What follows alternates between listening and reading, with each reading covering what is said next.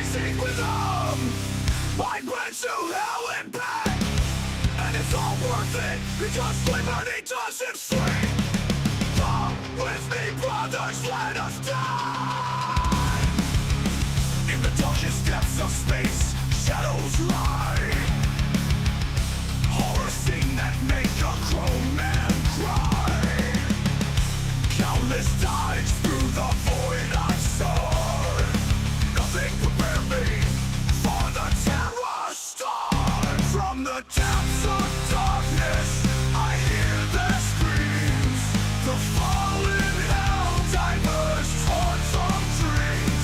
In this horror story, where death does stride, we fight for super Earth with nowhere to hide.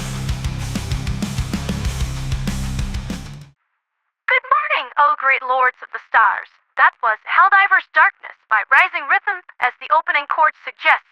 And do let me suggest rhythm to begin all of your songs that way. Keeps people from yeeting your stuff without permission and is just the perfect way to start off yet another epic banger. Before we get into news from the Galactic Sphere tonight, there is a story of some concern to report regarding the DSS. Overseers of the construction are somewhat worried that their orders from the logistician fleet have not come in yet, which immediately gets my attention because those guys are never late on anything.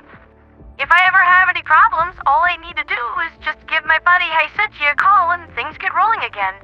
Apparently, being chased by a miffed-off Lord here has a way of hurrying interns along. But that's beside the point. When I looked into this, Supply Convoy 41 just wasn't answering the phone. Not even a transponder signal. Now, some may ask why this is so concerning. That's because the last time this kind of thing happened, it's because the Automaton Reclamation Fleet was silently killing all of our guys, taking over our planets, and stealing our stuff. And you know how I feel about that kind of thing. Supply Convoy 41 was carrying polonium cores needed to make sure that DSS's complex power system didn't go boom, which it is now in for real danger of doing. Seriously, according to Engineer Hawkins, if someone so much as plugs in a hairdryer, something is going to explode. Which is why I am nowhere near the DSS currently, because I'm smart. Transport Chief Anderson tried the same thing I did, but got no answer at his end either. We didn't even get a red receipt from our super text messages. So, what's going on out there? Pirates? Chaos divers? Technical failure?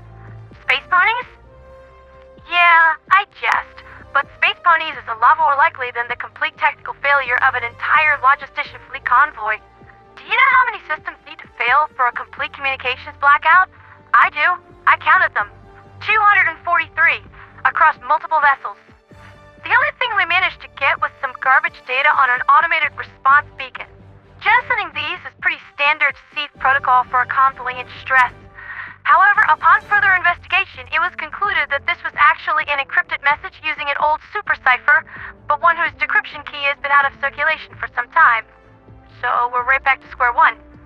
In an effort to locate the missing convoy, Anderson has granted users level 2 access to the logistic AI Orion in hopes of tracing the convoy's last movements. I happen to have a map here showing the radius where the convoy could have possibly went missing. As you can see, the search area is not small. Basically, SEAF search and rescue forces are fumbling around, blind in the dark, searching an area larger than that of the gloom. So, without any clues or leads, it's more likely they're going to trip over the remains of the logistician fleet by accident. That's where you come in, divers. Linked below is the page on Super Reddit where this encrypted message is posted. If you feel like you've got some code-breaking skill, please take a look at this in your spare time between missions. I've got a gut feeling that those boys are in a bit of trouble out there, so fast would be better than slow when it comes to finding them. Let's bring our people home. In other news, Helldiver Eligriv is recovering from an Automaton Cyberattack on his identity recently where his Discord account was compromised. He is back in control of the Super Destroyer once more, but if you have received any communication from him dating back several days prior, where he had claimed to accidentally have been reporting you for something, do not engage with any account, website, or super email address that was given. This is a cowardly trap meant to drain the democracy from your very souls. If you have made the mistake and felt fell for this, change all of your passwords and military-level encryption keys immediately. Otherwise, the bots may puppet your account next. From what I can tell, the method being used here is to gain control of a Discord account and message people on that account's friends list, claiming that the puppeted user falsely reported them for fraud, account theft, hacking, so on. Seriously, the nerve on these guys. They'll also send you an email address, likely Outlook, which Discord support does not use. Already, the red flags begin to be raised. Once they have you send an email to this account, they'll put you in contact with a fake member of Discord support, which is likely the original hacker. They'll have you change some aspect of your account, and once you have done this and followed their guidance and instructions, this will grant them total control of your account and the track will be sprung. Don't be fooled by this foul automaton trick. They might try to intimidate you by knowing what your Discord ID is. But this is pathetically easy for anyone to do in a moment's time with a little bit of know-how. They'll also provide what looks like an official line of communication from Discord stating that the targeted account will be terminated within 24 hours, which will obviously not happen. Don't fall for it. Discord doesn't give people feedback on reported accounts like this either. I was involved in the PONIES protests last June on the main Helldivers 2 Discord. Given how many bigots I reported for them telling me to go unalive myself, I certainly would know. Elegriv himself had this to say on the subject of how all this came about. Greetings, divers. I am the super citizen Elegriv from the war-washing business on Hiso Prime. The automatons recently launched cyber attacks on both the DSS and minor outpost systems such as Hiso Prime on the Regal sector. The clankers used the private communications of my regiment and said that my D1SC0RD form was about to be terminated. They told me to contact my democracy officer, so I went to see him. However, he did not salute with his right arm, so I knew it was not a Helldiver. So I shot him in the head to discover that one of those pesky toasters was disguised as a democracy officer. Stay strong, divers, and never trust anyone. The bots truly get more evil and inventive, yet also more despicable and pathetic every day. But now all of Super Earth knows what they're trying to pull and how to protect themselves. Miss Tansy, a moderator of the main HD2 Discord, also highly recommends two-factor authentication to further protect oneself from these foul cyber attack tricks. The bots know they can't defeat us on the field, so they try and craft gear ways to undermine us. Putting aside the persona of the radio angel for a moment, I might have phrased all of this with in-universe speak, but this scam and the dangers involved are very real. One must always practice good internet digital hygiene and remain ever vigilant, guarded, and knowledgeable of the latest scam attempts. I almost fell victim to this myself because it was Elegriv's puppeted account that direct messaged me. He's a friend of mine, and I trusted him, and this foul hacker was banking on that. Given how many people I know, that numbers into the hundreds, how deeply involved in the helldiving community I am, and how much people trust me, this could have been absolutely devastating. Whoever you are out there, Mr. Hacker, truly, shame on you. You're making this world a worse place. You almost took something away that my friend treasured. The last conversation logs from his best buddy who had passed away. Whatever you're trying to do with all of this cloak and dagger work, nothing is worth that. I implore you, change your ways. Stop this. There's still time to pick a different path. With all of that out of the way, I can finally get into the news. It seems like there's a lot of community happenings going on right now, doesn't it? As predicted, Darius 2 was liberated during my sleep cycle last night, and progress is now being made on Gacrux, the final planet required by the Major Order.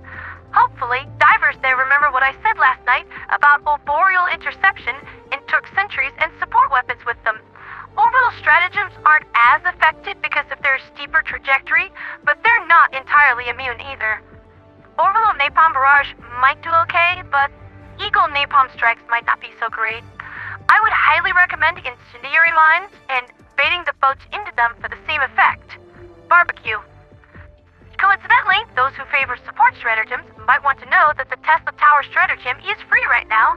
At least, last time that I looked at it, it was. If you want to use this, I would highly recommend the arc-resist armor so you don't get instantly blasted by your own tower. Gun prun helps somewhat, but that isn't a for sure thing. The Tesla Tower has a range of about 20 meters or so, and each arc can chain from multiple enemies, friendlies, or applicable objects in the field that can conduct electricity, so the exact radius of the hazard is a little unpredictable. A single blast from this can turn a Helldiver into an insurance claim, but with the arc resistance armor, you can survive a good 4 or 5 hits and still be breathing. With this approach, it's entirely viable to call down a Tesla tower literally right next to you in order to use it as a close-in quarters support mechanism. Just, be sure to communicate with your squad what you're doing, because Tesla towers are an equal opportunity employer, and your squad mates might not have the arc resistance armor, and they get mad. Achernar Secundus has received a massive infusion of fresh Helldiving manpower in excess of 50% of the total core, and has managed to turn his losing battle around. They're taking Buggy down like he's one of those ducks that move back and forth at that carnival game, and the defense looks to succeed in just a few more hours. Good stuff. Meanwhile, Haren and Trandor continue to lose ground to the fashion sect menace. Heh, I just coined a new phrase. Fashion sect. Someone have the ministry trademark that. I want a quarter every time someone says it. But yes, Trandor's rate of decay is a little bit slower than the just dreadful situation on Haren, but that's still just an awful lot of bugs that need to be exterminated. The southern edge of the Chinji sector looks just awful, and forces on Gatria are expecting an attack to come at literally any moment. That's been Liberty's Latest with me, Pondera the Radio Angel. I know I covered a lot today, and I'll probably cover much more tomorrow morning, so let's all work hard today, get this major order buttoned up on Gacrux, and then test out all the new toys that we're going to be given tomorrow. For liberty, for freedom, for democracy, and for Super Earth.